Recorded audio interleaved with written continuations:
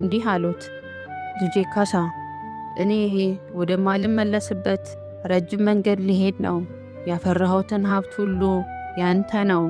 ነገር ግን አንድ ትልቅ ሚስጥር ልንገርህ። በዋናው የእርሻ መሬታችን ውስጥ በአንድ ጥግ ላይ ትልቅ የወርቅ ማሰሮ ቀብሬያለሁ።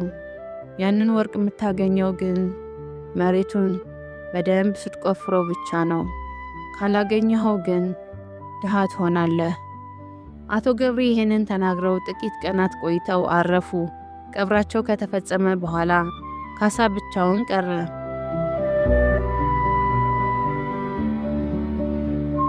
ብዙም ሳይቆይ በአባቱ ጎተራ የነበረውን እህል አለቀ። ከብቶቹም ተሸጡ። ካሳ የሚበላው አጣ። ያኔ የአባቱን የመጨረሻ ቃል ትዝ አለው። ወርቁን ማግኘት አለብኝ አለ ካሳ።